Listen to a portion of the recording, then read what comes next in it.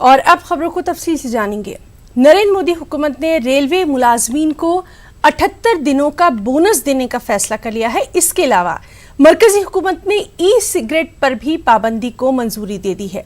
Modi cabinet की meeting में आज कई अहम फैसले लिए गए। काबीना मीटिंग की जानकारी देते हुए प्रकाश जावड़ेकर ने कहा कि 78 दिनों के बोनस से रेलवे के 11,52,000 मुलाजमीन को फायदा मिलेगा।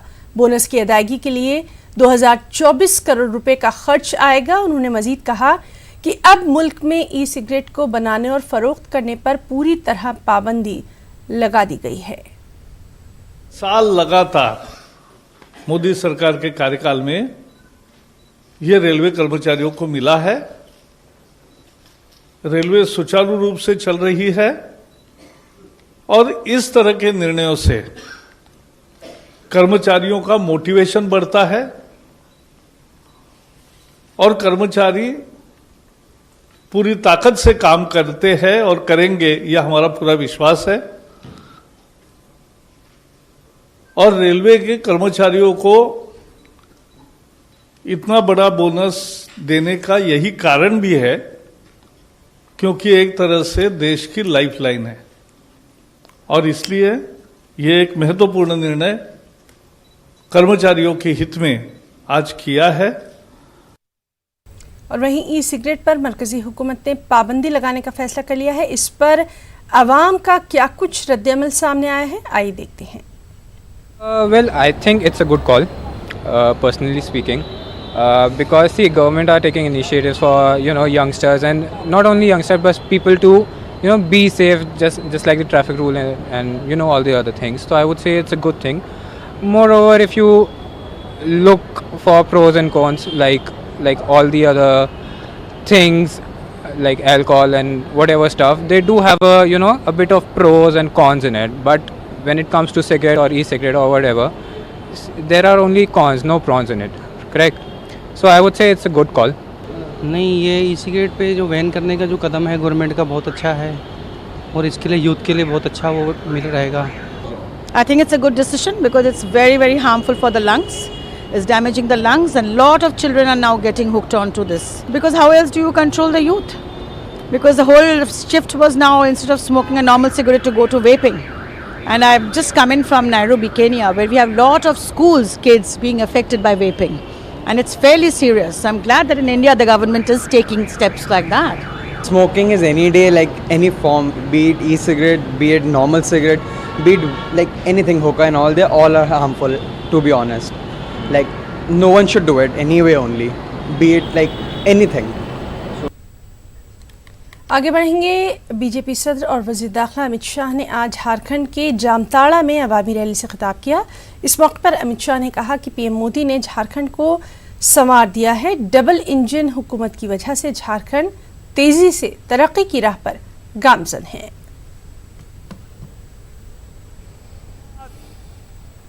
और ये यात्रा 3 चरण में पूरे झारखंड के हर विधानसभा क्षेत्र को घूमती घूमती घूमती अंत में फिर से एक बार पूर्ण बहुमत की भारतीय जनता पार्टी की सरकार बनाकर रांची पहुंचेगी। कांग्रेस ने कभी झारखंड की मांग को स्वीकार नहीं किया। केंद्र में जब अटल जी की सरकार बनी, भारतीय जनता पार्टी की सरकार बनी, श्रद्धेय अटल जी ने झारखंड को बनाकर झारखंड वालों की मांग को पूरा करने का काम किया था। रघुवर दास जी को मुख्यमंत्री बनाया और ये 5 साल के अंदर झारखंड के अंदर आमूल चूर परिवर्तन करने का काम मुख्यमंत्री रघुवर दास जी ने करा है। के ऊपर मोदी जी की सरकार थी, नीचे रघुवर दास जी की सरकार थी और स्थिर सरकार थी दोनों। ये डबल इंजन सरकारों ने झारखंड को बदलने का काम किया है। आपको 10 साल सरकार चलाने का मौका मिला केंद्र में, आपने झारखंड को क्या दिया? एक बार इसका हिसाब लेकर झारखंड की जनता के सामने जाइए। हम तो आना पाई का हिसाब लेकर आए। जम्मू कश्मीर से दफा 370 की मनसूखी के बाद हिंद पाक के बीच कशीदगी कम होती दिखाई नहीं दे रही। अब यूरोपीय यूनियन की पार्लियामेंट ने भी दोनों हमसाया मुल्कों पर मुज़ाकरात के लिए दबाव बनाया है। पार्लियामेंट ने हिंदुस्तान और पाकिस्तान दोनों पर जोर दिया है कि वो कश्मीर मसले पर रास मुज़ाकरात करें ताकि तमाम उमूर का पुरअमन तस्फिया हो सके। फ्रांस के शहर स्ट्रासबर्ग में यूरोपीय यूनियन की पार्लियामेंट का इजलास हुआ। इस दौरान फिनलैंड के वजीर ने कहा कि मसला कश्मीर पर हमारा मौक़िफ़ तब्दील नहीं होगा। हम दोनों मुल्कों पर जोर दे रहे हैं कि वो कश्मीर मसले का पुरअमन सियासी हल निकाले जिससे खित्ते के अवाम का फ़ायदा हो। उधर पोलैंड के रिजॉर्ट ज़ारनिकी ने कहा कि हिंदुस्तान दुनिया की बड़ी जमहूरियत है और हमें हिंदुस्तान में अंजाम दी गई दहशतगर्दाना कार्रवाइयों को देखने की ज़रूरत है। ये दहशतगर्द चांद से नहीं आए हैं बल्कि ये पड़ोस से आ रहे हैं और हमें हिंदुस्तान की हिमायत करनी चाहिए। Ladies and gentlemen, let's remind ourselves that India is the greatest democracy of the world, and in the context of our democracy, I would say that it's our probably the only one ally in this part of Asia, and I believe we need to take a broader view. We need to look at terrorist acts that took place also in India and in Jammu and in Kashmir, and these terrorists, they didn't land it from the moon. Ayodhya मामले में जल्द ही फैसला आने का इम्कान है। हिंदू फरीक की सुनवाई के बाद अब मुस्लिम फरीक की जिरह भी पूरी होने वाली है। सुप्रीम कोर्ट ने 18 अक्टूबर तक फरीकीन को दलाइल मुकम्मल करने की हिदायत दी है। कहा जा रहा है कि नवंबर से पहले ही मालिकाना हुकूक मामले में कोई फैसला आ सकता है। सुनवाई करते हुए सुप्रीम कोर्ट के चीफ जस्टिस रंजन गोगोई ने इशारा दिया कि शनिचर को भी समाअत हो सकती है। वहीं समाअत के दौरान रंजन गोगोई ने सालिसी को लेकर खत मिलने का भी तस्करा किया और कहा कि अगर बातचीत से मसले का हल निकालना हो तो कोर्ट के सामने ये बात रखी जाए, क्योंकि समाअत काफ़ी आगे बढ़ चुकी है, इसे अब रोका नहीं जा सकता। वाज़ेह है कि रंजन गोगोई इसी साल 17 नवंबर को रिटायर हो रहे हैं। और वहीं मुस्लिम फरीक के वकील ज़फ़रयाब जिलानी ने न्यूज़ 18 से ख़ास बातचीत में कहा कि 18 अक्टूबर तक तमाम दलीलें पूरी हो जाएंगी और जो लोग बातचीत के लिए कह रहे हैं वो क्या मस्जिद विवाद को लेकर आज एक डेडलाइन बताई गई कि 18 अक्टूबर तक सब लोग अपनी दलीलें पूरे कर लेंगे। ज़फ़रयाब जिलानी साहब हमारे साथ मौजूद हैं। क्या ये मुमकिन है, क्या ये हो सकता है? ये तो पार्टीज का हमारी तरफ से प्रपोजल था। हमारे सीनियर एडवोकेट धवन साहब ने बताया था कि इतना तकरीबन वक्त लगेगा हमको करने में, तो उसके बाद दूसरे पार्टीज को सुन के कोर्ट ने अंदाज़ा लगाया कि इत्तेफाक हो जाना चाहिए और सब पार्टीज ने कहा है कि हाँ हम कोशिश करेंगे सब तक खत्म हो जाए। लगातार मुस्लिम फरीक जो है, मुस्लिम पक्ष अपनी बात रख रहा है, कितने दिन आप लोग और लेने वाले हैं? कहा धवन साहब ने कोर्ट में कि ये हफ्ता और अगला हफ्ता ये तो हम इनके जवाब पर उम्मीद है कि ख़त्म कर लेंगे और उसके बाद 2 दिन हमें लगेगा सूट नंबर 16/4 की अपील में, क्योंकि ज़्यादातर चीज़ें उसमें कवर हो जाएंगी। तो उसके बाद वो लोग जवाब दे देंगे, फिर हमें जवाब में कुछ टाइम चाहिए होगा तो 1 दिन में हम जवाब दे देंगे। जिस तरह से अब फिर मुज़ाकरात या बातचीत का एक मौक़िफ़ सामने आया है, कहा जा रहा है कि बातचीत से मसला हमारा वक्त ज़ाया न करिए। जिस साहब ने कहा है ये उनसे पूछिए जाके, हम कोई बातचीत में नहीं जा रहे हैं। कोर्ट ने भी वाज़ेह कर दिया, जो पार्टी चाहे बातचीत करना, हम इस पर अपना वक्त ज़ाया नहीं करना चाहते। हमें कोई उम्मीद नहीं है ना, हम नहीं जा रहे उसमें। अदालत ने जिस तरह से कहा, कहीं किसी कंपेल नहीं किया है। अदालत ने कहा जो पार्टी चाहे कोई बातचीत करे, कोई सेटलमेंट करना चाहे, कॉन्फिडेंशियली रिपोर्ट कर दें, खत्म। CJI 17 नवंबर को रिटायर होने वाले हैं, तो क्या फैसला आने की उम्मीद है? अभी भी आपने पूछा है कि 18 अक्टूबर तक अगर बहस खत्म हो जाएगी या एक आध दिन और चलेगा तो जजेस का भी जहन यह है, इसका मतलब कि वो रिटायरमेंट के पहले फैसला देना चाहते हैं। तो ये तो उनकी एफर्ट है, हम किसको क्या कर सकते हैं। जिस तरह से यहाँ पर बातचीत चल रही है, तो अब कोई बातचीत के लिए जाना है, कोई मौका नहीं? कितनी मरतबा कहूँ भाई कि जब कोर्ट में भी पहले कह दिया था, आज तो कोर्ट ने पूछा भी नहीं किसी से। आज तो कोर्ट ने किसी पार्टी से नहीं कहा कि आप जाइए कि न जाइए। उनका जो लोग बात करना चाहे करें, जो बात करना चाहते करें, हमें नहीं बात करना है किसी से, ना वो दूसरे पार्टी से बात करना चाहती। बहुत बहुत शुक्रिया। तो ज़फ़रयाब जिलानी साहब का साफ तौर पर कहना है बातचीत का कोई मौका नहीं है, फैसला अब सुप्रीम कोर्ट से ही होगा और उम्मीद की जा रही है कि 17 नवंबर से पहले फैसला आ जाएगा। कैमरामैन सत्य प्रकाश के साथ खुरम शहजाद, न्यूज़ 18 दिल्ली। उधर MIM सदर असदुद्दीन अवैसी ने इस पूरे मामले पर क्या कुछ कहा है, आइए देखते हैं। सुप्रीम कोर्ट मजाज है, सुप्रीम कोर्ट के अख्तियार है। और जब सुप्रीम कोर्ट ही खुद कह रहा है कि 18 अक्टूबर तक शायद पूरे पार्टीज अपनी बहस को मुकम्मल कर लेंगे, आर्गूमेंट्स को, तो सुप्रीम कोर्ट उसके बाद उनके ऊपर है वो कब फैसला दे।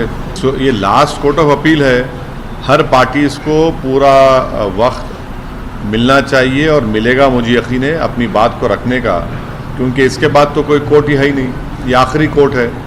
और जो मुस्लिम साइड बहस कर रही है और धवन साहब बेहतरीन बहस कर रहे हैं, तो अब वो बहस कब तक ख़त्म करेंगे वो मैं नहीं बता सकता, वो तो उनको बताना पड़ेगा। ये उम्मीद है कि इंशाल्लाह सुप्रीम कोर्ट इंसाफ करेगा, यही उम्मीद है। अब ये सुप्रीम कोर्ट क्या फैसला देगा मुझे नहीं मालूम, मगर सुप्रीम कोर्ट ज़ाहिर है सुप्रीम कोर्ट इंसाफ करते आया है और हमको उम्मीद है कि इंशाल्लाह सुप्रीम कोर्ट इंसाफ ही करेगा। और महंत धर्मदास ने न्यूज़ 18 से खास बातचीत में सुप्रीम कोर्ट की हिदायत का खैर मकदम किया और कहा कि कोर्ट की कार्रवाई में कोई रुकावट न बने, लेकिन सालिसी का वो खैर मकदम भी करते हैं। ये स्पष्ट कर दिया कि 17 नवंबर से पहले राम जन्मभूमि विवाद मामले पर एक बड़ा फैसला आ सकता है। निर्वाणी अखाड़े के महंत धर्मदास हमारे साथ हैं। महंत जी, आज दो बड़े अहम आदेश सुप्रीम कोर्ट से। पहला आदेश कि तमाम पक्षकार 18 अक्टूबर तक अपनी दलीलें पूरी कर लें, यानी कि 17 नवंबर से पहले फैसला आ सकता है। कैसे आप इसको देखते हैं? बहुत बढ़िया हनुमान जी की कृपा कि भाई न्याय के लिए बैठे हैं तो न्याय तो करना ही चाहिए, बिल्कुल हो जाएगा। दूसरा सवाल कि निर्वाणी अखाड़ा और सुन्नी सेंट्रल वक्फ बोर्ड ने एक पत्र लिखा जस्टिस खलीफुल्ला को। आप लोग एक बार ये चाहते हैं कि दोबारा मध्यस्थता हो ताकि इस विवाद को सुलझाया जाए? नहीं, देखिए, हम लोग ये चाहते हैं कि कोर्ट के कार्रवाई न कोई न रोके, लेकिन मध्यस्थता हो। मध्यस्थता में कोई चाहता है कि हम अपना बात सुलह कर ले, तो इसको भी स्वीकार है, कोर्ट ने भी मान लिया है। तो अगर कोई लिख करके देना चाहता है कि हम राम जी के तरफ से सहयोग करते हैं, तो इसके लिए धन्यवाद है। नहीं, इससे पहले और वहीं अयोध्या मामले पर मुफ्ती मुकर्रम ने भी अपना रद्द-ए-अमल दिया है। उन्होंने क्या कुछ कहा है, आइए देखते हैं। कोर्ट ने खुद भी बोला है कि मध्यस्थता चलेगी, लेकिन सुप्रीम कोर्ट की सुनवाई नहीं रुकेगी। तो एक बीच में अगर दोनों चीज़ें चलती हैं तो भी कोई बुराई की बात नहीं है। सुप्रीम कोर्ट का टाइम वेस्ट नहीं होना चाहिए, कोर्ट का टाइम वेस्ट नहीं होना चाहिए, और जो भी फैसला हो वो सच्चाई पर, इंसाफ पर मबनी हो। यही देश भी चाहता है और यही देश के अवाम भी चाहते हैं। मध्य प्रदेश से खबर है, जहां लगातार हो रही बारिश और सैलाब की सूरत हाल पर सियासत भी शुरू हो गई है। अपोजिशन जहां सैलाब मुतासिरीन को जल्द राहत पहुंचाने का मुतालबा कर रहा है, वहीं रियासती हुकूमत मरकज से माली मदद का भी मुतालबा करने लगी है। एक रिपोर्ट। सैलाब पर सियासत, सैलाब मुतासिरीन को जल्द मदद करने का मुतालबा। रियासती सरकार ने मरकज से मदद का किया मुतालबा। कैसे दूर होगी सैलाब मुतासिरीन की परेशानी?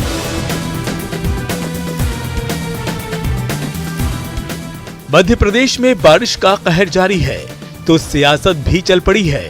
मंदसौर में साबिक वज़ीर-ए-आला शिवराज सिंह चौहान ने सैलाब मुतासिरा लोगों के साथ बिजली का बिल जलाया, साथ ही फावड़ा उठाकर इलाके की सफाई की। इस मौके पर शिवराज सिंह चौहान ने सरकार से सैलाब मुतासिरीन को मदद करने की अपील की। वहीं मंदसौर सैलाब के हालातों का जायजा लेने पहुंचे जिले के इंचार्ज वजीर हुकुम सिंह कराड़ा ने कहा है कि सैलाब से जो नुकसान हुआ है उसका सरकार मुआवजा देगी। साथ ही शिवराज सिंह पर भी निशाना साधा। ये अहिंसक आंदोलन का तरीका है, इसलिए हमने अन्यायपूर्ण बिजली के बिल जो 15,000, 20,000, 25,000 के आए हैं उनको जलाया है ताकि सरकार ये बिजली के बिलों की वसूली बंद करे। उनमें क्या किया उनने आज तक? ये सिर्फ राजनीति, स्टंट की राजनीति करते हैं। कल ये कह के गए वो कि 1,000 करोड़ रुपया हमने दिया।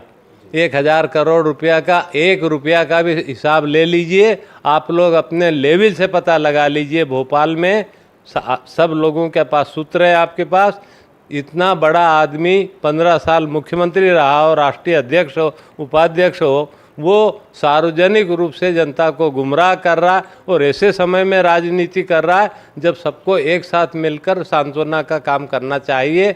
हमारे प्रदेशवासी बाढ़ के हालातों से जो है जुझ रहे हैं, संघर्ष कर रहे हैं और मैं समझता हूं कि ये समय राजनीति करने का नहीं है। ये समय उन बाढ़ प्रभावितों को हम कैसे मदद पहुंचा सकें, उन बाढ़ प्रभावितों को हम कैसे सहायता दे सकें, उनके दुख, उनके परेशानी को कैसे हम लोग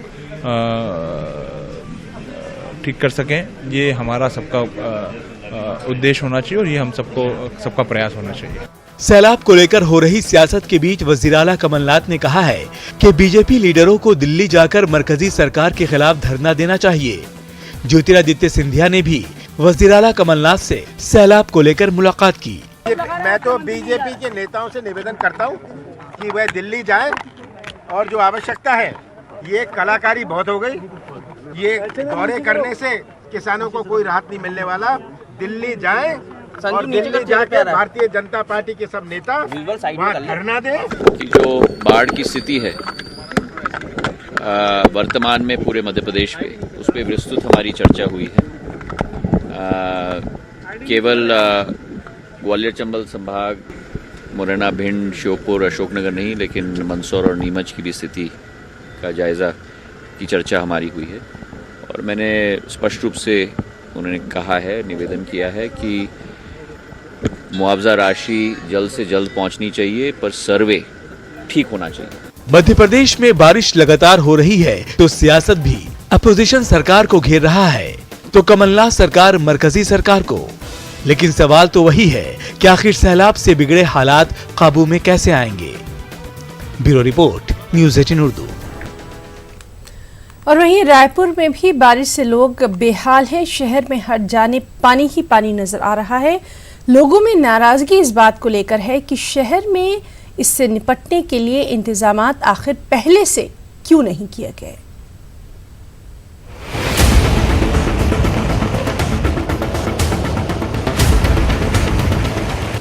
बारिश से बेहाल हुआ रायपुर, बारिश से शहर हुआ पानी पानी।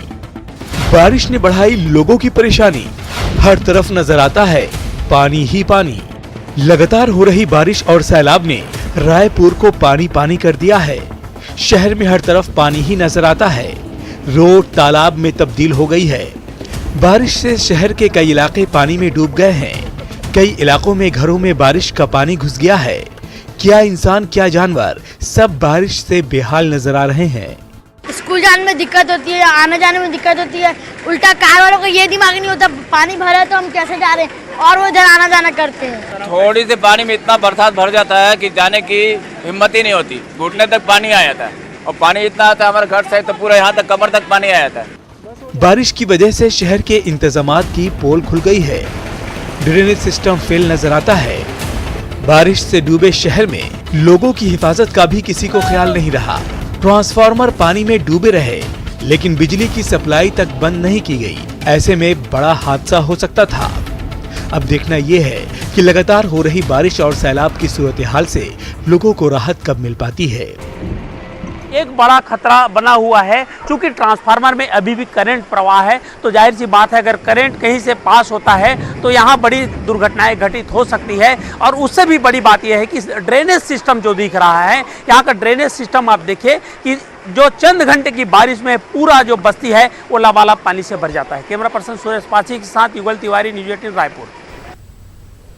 आसाम पुलिस का भयानक चेहरा सामने आया। पुलिस ने एक हामिला खातून और उसकी 2 बहनों को इंतहाई बेरहमी से ज़दकोब किया। ज़रा के मुताबिक द्रंग पुलिस थाने में तीनों बहनों को मुबैना तौर पर बरहना करके पीटा गया। इतना पीटा गया कि पिटाई के सबब हामिला का बच्चा मर गया। ये वाक़या 8 सितंबर का है। द्रंग डिस्ट्रिक्ट सुपरिटेंडेंट से मामले की शिकायत की गई। मामले में खातून कांस्टेबल और एक इंस्पेक्टर को मुअत्तल किया गया। वहीं सीएम ने इसकी जांच का भी हुक्म दे दिया है। तबरेज़ अंसारी हुजूमी तशद्दुद मामले पर हालिया दिनों में मुख्तलिफ सतहों पर हलचल मच गई। तबरेज़ के अहल खाना की डीसी और एसपी से मुलाकात और फिर IIM बेंगलुरु की फैकल्टी और तलबा की जानिब से पीएम मोदी को खत लिखे जाने के बाद ये मामला लगातार सुर्खियों में बना रहा और अब तबरेज़ अंसारी की एक और तस्वीर सामने आई। ये तस्वीर सरायकेला थाना की है। इस तस्वीर में तबरेज थाने में फर्श पर बेहोश पड़ा दिखाई दे रहा है, जबकि उसे इलाज की बेहद जरूरत थी। उस वक्त जख्मी तबरेज को थाने से जेल भेज दिया गया। इस मामले में मुख्तलिफ गोशों से पुलिस के तर्ज अमल और तफ्तीश पर सवाल भी उठने लगे हैं।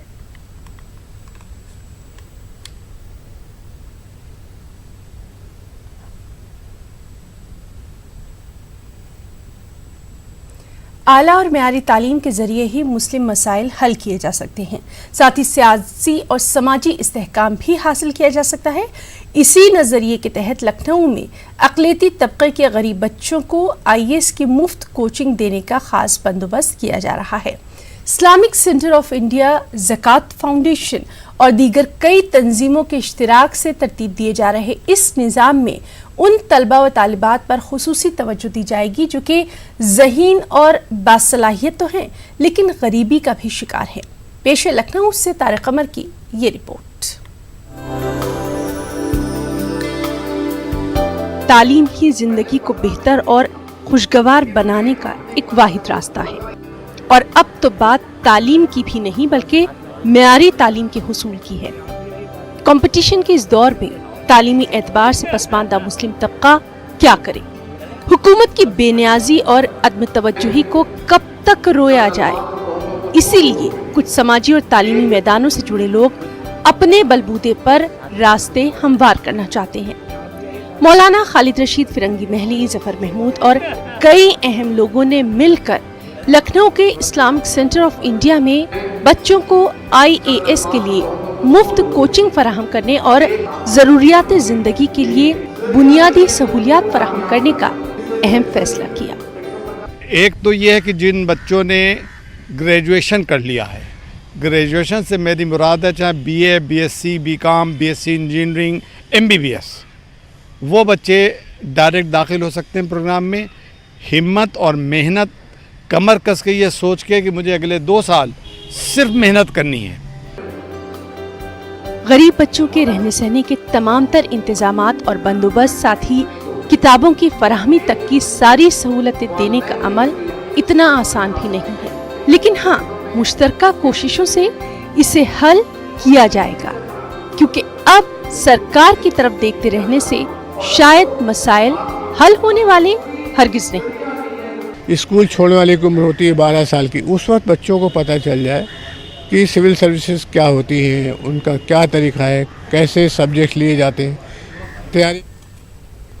मुल्क में आबादी के मौजू पर अब गौर खौस करने का वक्त आ गया है। नेटवर्क 18 के editor in chief Rahul Joshi ने मुल्क की सबसे बड़ी रियासत यूपी के वज़ीर आला योगी आदित्यनाथ से खास बातचीत की, जिसमें वज़ीर आला योगी ने कहा कि मुल्क में वसाइल के बेहतर इस्तेमाल के लिए आबादी पर कंट्रोल करने के लिए हुकूमत काम कर रही है। योगी जी, मोदी जी ने एक और अहम मुद्दा 15 अगस्त को अपनी स्पीच में उठाया, वो है पॉपुलेशन कंट्रोल का मुद्दा। काफी समय उन्होंने बिताया उस पर, कहा उत्तर प्रदेश जो कि सबसे बड़ा प्रदेश है, यहां पर यह चीज और भी ज्यादा लागू करती है। आपका क्या व्यू है इस पर, पॉपुलेशन कंट्रोल पर? आपका बहुत महत्वपूर्ण और ज्वलंत मुद्दा है, और कहीं ना कहीं हमारे पास जो मानव संसाधन वर्तमान में है, अब इसके क्वालिटी स्ट्रेंथन की बात होनी चाहिए। आप कितना भी डेवलपमेंट करेंगे, अगर आबादी को नियंत्रित नहीं करेंगे तो एक समय के बाद आपके सामने रिलीजियस डेमोक्रेसी की भी एक प्रॉब्लम होगी, एक समस्या पैदा होगी। दूसरा, आपको इस बारे में ध्यान रखना होगा कि विकास संतुलित हो, समावेशी हो, और उस समावेशी और संतुलित विकास की दृष्टि से मुझे लगता है कि हर एक व्यक्ति को इन योजनाओं का लाभ मिल सके, इसके लिए जनसंख्या नियंत्रण को प्रभावी बनाने की आवश्यकता है। तो इसके लिए सरकार कोई कदम उठाएगी? आप एकदम जरूर, समय आने पे इस पर उससे कदम उठाएंगे। तो इस पर आप लोग चर्चा कर रहे हैं? आप लोग हमारे उस पर चल रहा है, इसमें हमारी कार्रवाई आगे बढ़ रही है और हम इसको आगे लेकर चलेंगे।